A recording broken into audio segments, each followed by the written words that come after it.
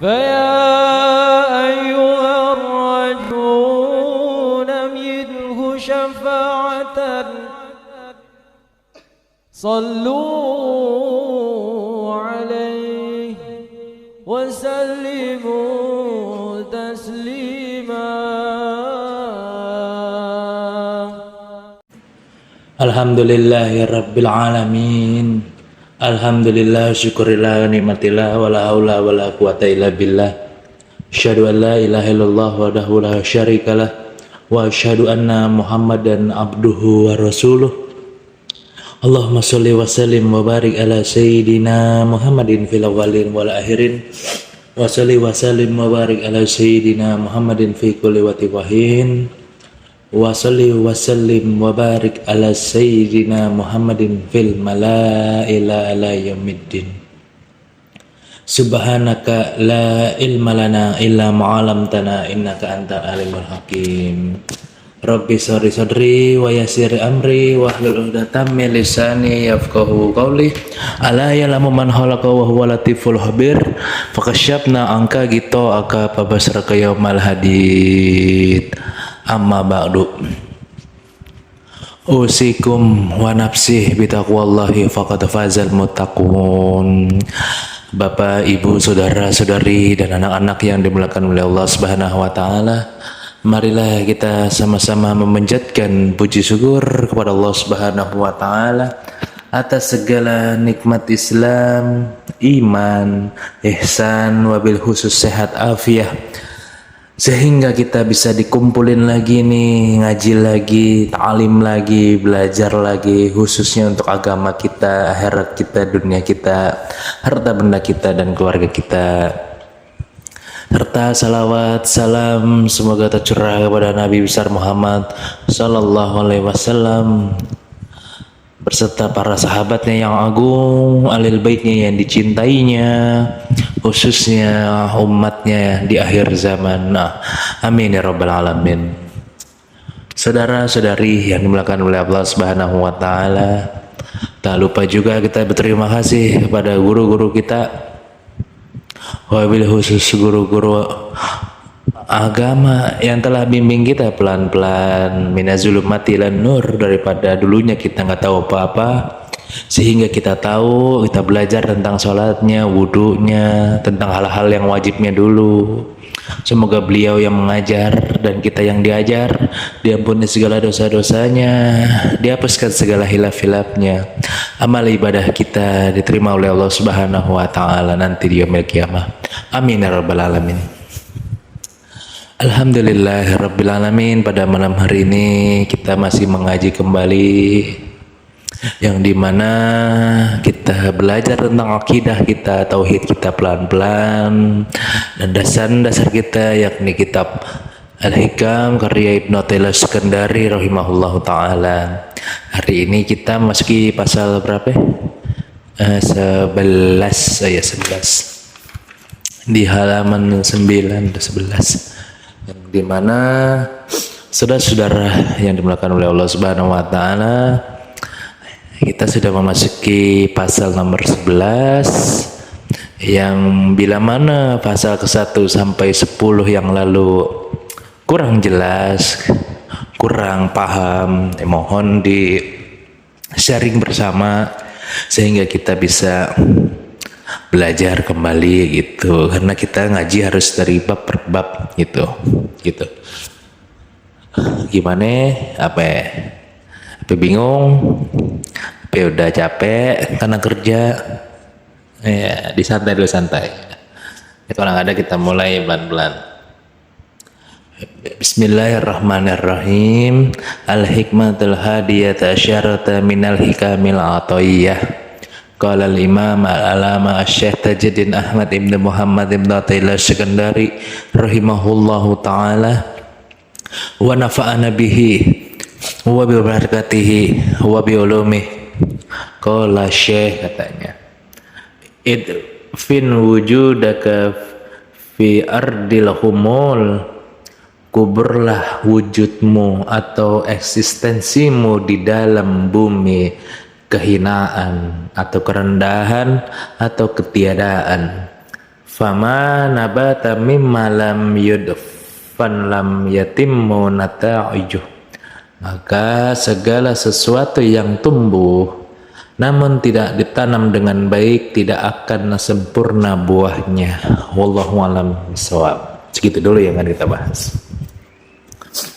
Saudara-saudari yang dimuliakan oleh Allah Subhanahu wa taala, secara bahasa al-hummul itu ialah kosong, lemah, bodoh, tidak aktif, tidak dikenal.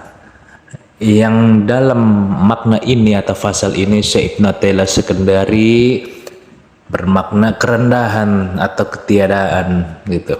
Sementara wujud atau eksistensi manusia pada umumnya ingin diakui gitu, atau yang alim ingin diakui alim, atau yang terkenal ingin terkenal, yang masyhur, yang terpandang, yang paling hebat, apapun jenisnya yang paling bisa membangkitkan egonya gitu di dalam dirinya.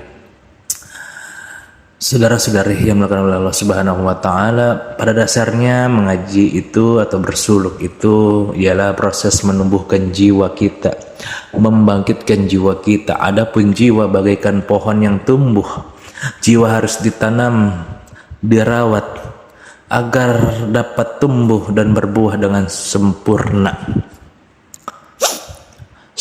Sebagaimana Allah Subhanahu wa taala bersabda di dalam surat Ibrahim ayat 24-25. A'udzu billahi minasyaitonir rajim. Bismillahirrahmanirrahim.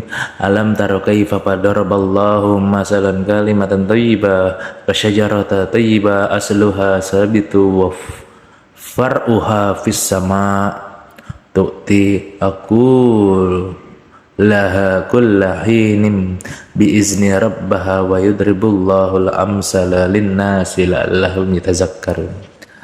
Allah Subhanahu wa taala berfirman yang artinya ialah, tidakkah kamu memperhatikan bagaimana Allah telah membuat perumpamaan kalimat thayyibah itu seperti pohon yang baik, akarnya teguh dan cabangnya menjulang ke langit, fis sama.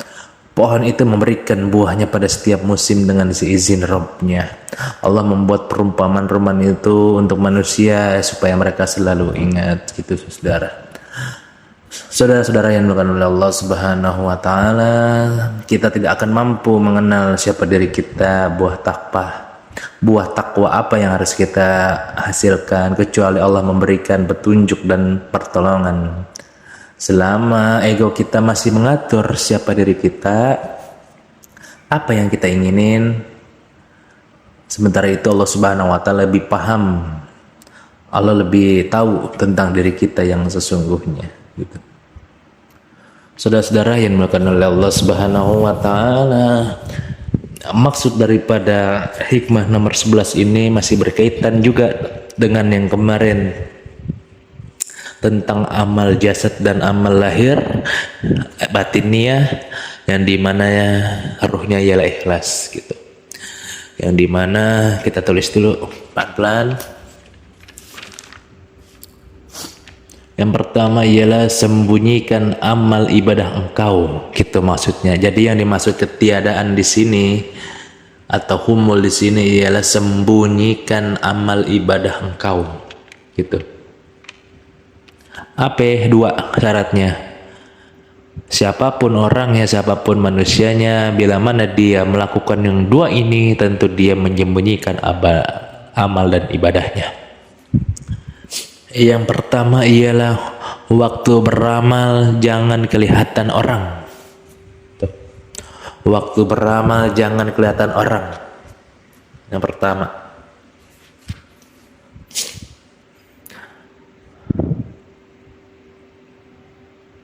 Sebab apa? Sebab amal itu ada yang tampak, ada yang tidak tampak gitu. Yang lebih selamat ialah yang lebih sempurna dan lebih disembunyikan gitu. Apa contoh ibadah yang tampak? Yakni haji. Pergi haji kan nggak mungkin diem-diem tuh pergi haji. Jangan-jangan haji kan kena abang lagi. Ada jihad fisabilillah. Lalu ada Jumatan. Lalu ada menuntut ilmu, kan nggak mungkin diem-diem, jadi ngaji nggak boleh diem-diem. Ngaji itu syiar, mesti tampak dia. Itu. Cuma di hati kita dilatih apa? Kalau bisa, kalau pengajiannya di masjid anu, musola anu, atau di rumah anu, yang tadi jalan tinggal lurus, jangan tiba-tiba belok-belok, pamer sana sini. Ya kaum gosam pada main gitar aja pinggiran kali. Udah kayak gua ngaji, jangan. Itu yang disebut tadi, kita harus menyembunyikan amal ibadah kita gitu. Kita merasa lebih baik daripada kaum gosam tadi, nggak boleh. Yang nomor 2 ialah jangan dikisahkan. Jangan dikisahkan gitu, jangan dikisahkan. Disisahkan. Apa sebab jangan dikisahkan? Banyak saudara-saudara gitu. Pada dasarnya amal ibadah kita itu ada 2, ada yang disembunyikan dan ada yang ditampakkan. Pada dasarnya ada 2 tuh. Kita akan bahas satu-satu. Amal yang disembunyikan, syaratnya jika amal kita disembunyikan, yang pertama jangan sampai terlihat orang lain. Yang nomor 2 jangan sampai dikisahkan. Sebab apa? Godaan setan laknatullah. Jikalau kita mengisahkan satu kali, contohnya ente berbuat anu, beramalan anu, ente kisahkan, akan dihapus pahalanya di sisi Allah Subhanahu wa taala. Dan dicampakkan amalan-amalannya. Satu kali tuh umpamanya dari mana? Maulid. Tuh, itu namanya dikisahkan gitu. Nggak boleh kita dikisahkan. Yang nomor 2, jika dikisahkan 2 kali, maka dihapus ibadahnya atau amalnya dan dicap sebagai orang-orang roya atau riya gitu. Setan laknatullah itu sangat jahat kepada kita. Setan laknatullah itu sangat jahat kepada kita. Sebab apa setan sangat jahat kepada kita? Bayangin, kita udah nyembunyiin amalan kita, tapi di satu sisi kita ingin mengisahkan kepada orang lain, lebih-lebih kepada guru-guru kita, pada orang di bawah kita. Kita pengen dianggap wali, kita pengen dianggap orang alim, kita pengen dianggap orang soleh. Maka dari itu setan menampakkan yang baik-baik gitu di mata kita, di mulut kita, di telinga kita. Maka dari itu kita mengisahkan ibadah-ibadah kita, biarnya habis gitu, habis gitu, gara habis gitu. Adakah di sini yang begini nih? Adakah di sini yang begini? Apa tuh yang begitu? Apa tuh yang begitu? Tadi dikisahkan baru sholat sedikit aja ceritanya kemana-mana. Baru nyumbang sedikit aja kisahnya sampai kayak buat film.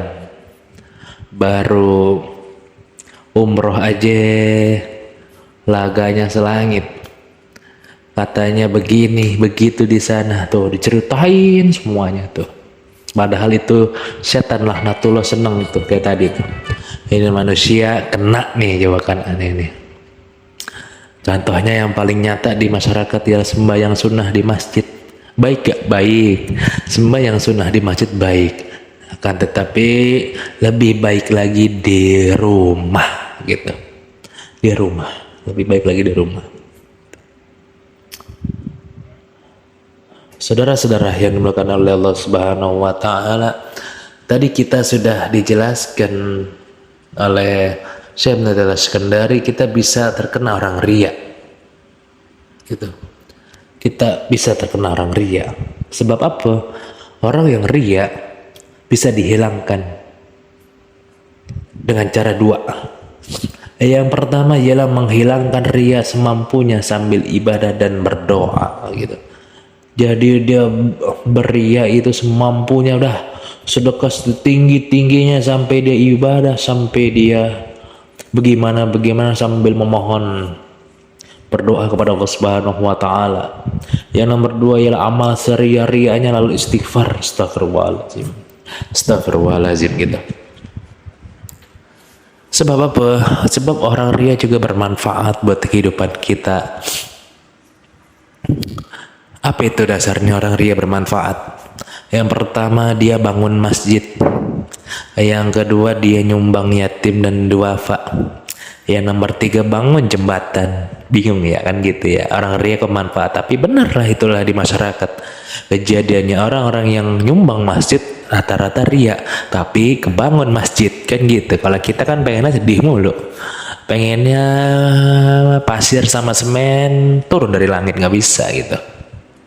Sebab apa? Sebab gara-gara sedekah dia harap doa dari orang-orang lain dia menjadi ikhlas gitu. Itu tentang ria, itu tentang amalan yang harus disembunyikan. Sebab apa? Jika amal kita disembunyikan, maka lebih selamat di sisi Allah Subhanahu wa taala dan lebih bernilai di sisi Allah Subhanahu wa taala gitu. Nah, kalau ada yang mau ditanyakan boleh, karena kita satu poin lagi yakni amal yang ditampakkan gitu.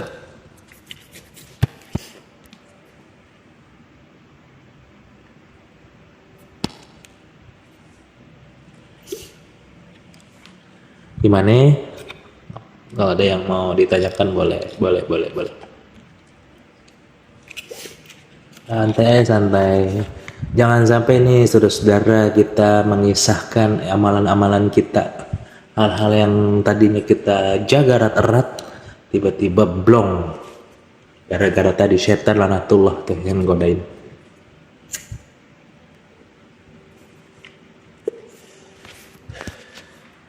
Ya kalau nggak ada, nomor 2 ialah amal yang ditampakkan. Amal yang ditampakkan syaratnya 3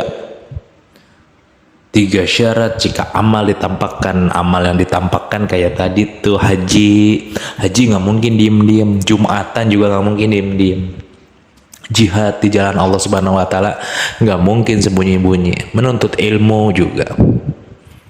Jihad di jalan Allah bisa berarti kerja ya, jangan berpikiran perang mulu. Kerja juga termasuk jihad. Nanti kan nggak mungkin kerja diem-diem, jangan-jangan udah tuh ya lagi nauzubillah min dzalik, nggak boleh dong. Yang keempat, menuntut ilmu. Syaratnya 3. Yang pertama ialah niat karena Allah Subhanahu wa taala, lillahi taala. Yang pertama lillahi ta'ala, niat karena Allah Subhanahu wa ta'ala. Dia kerja supaya dia tidak minta-minta, dan dia niat karena Allah Subhanahu wa ta'ala untuk menafkahkan anak dan istrinya. Itu niat karena Allah Subhanahu wa ta'ala. Yang nomor 2, selamat dari sifat riya gitu. Ketika dia sudah kerja, dia tahan egonya. Jadi udah nggak ngamuk-ngamuk lagi di kerjaan, udah nggak ngomongin orang lagi di tempat kerjaan, udah nggak ngeluh lagi. Nah, sebab apa saudara?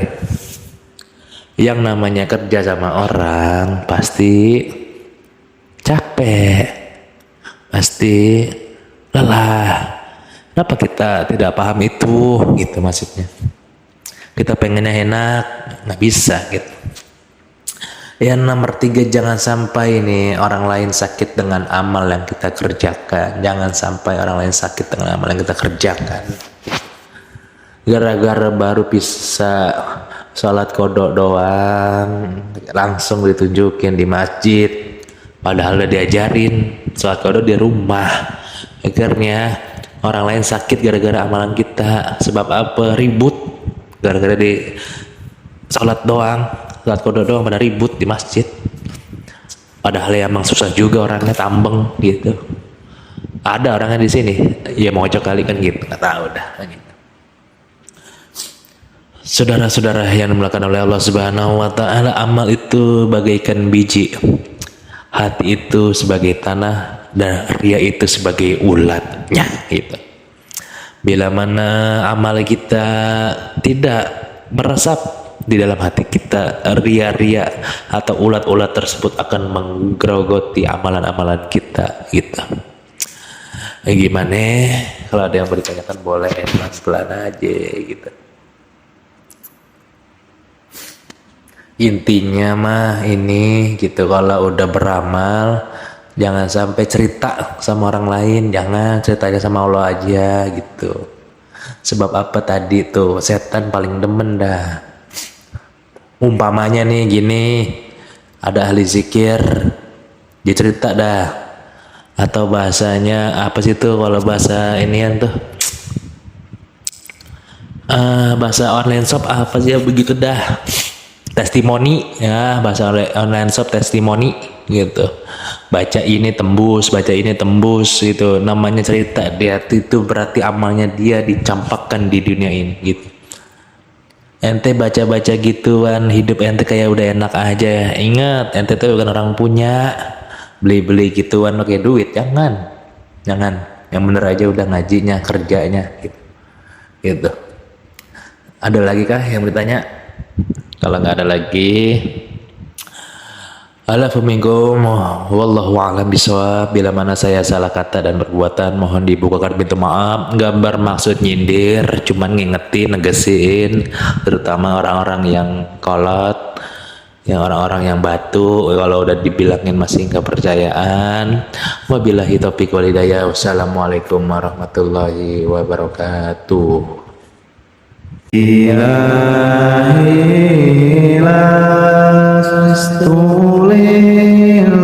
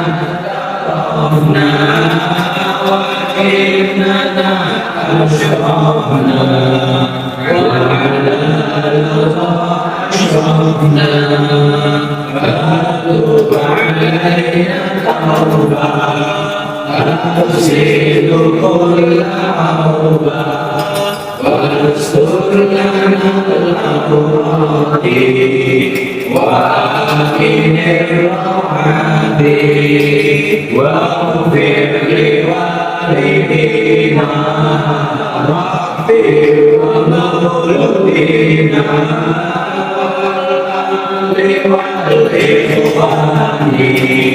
وسائر الخلال وكل ذي محبة أوجرت عصبا والمسلمين أجمعين آمين ربي أسمع فضلا وجودا منا على باكتساب منا المصطفى رسولي الله بكل سوري صلى وسلم ربي عليه عند ربي وآله وصحبه ويا العرش شربي والحمد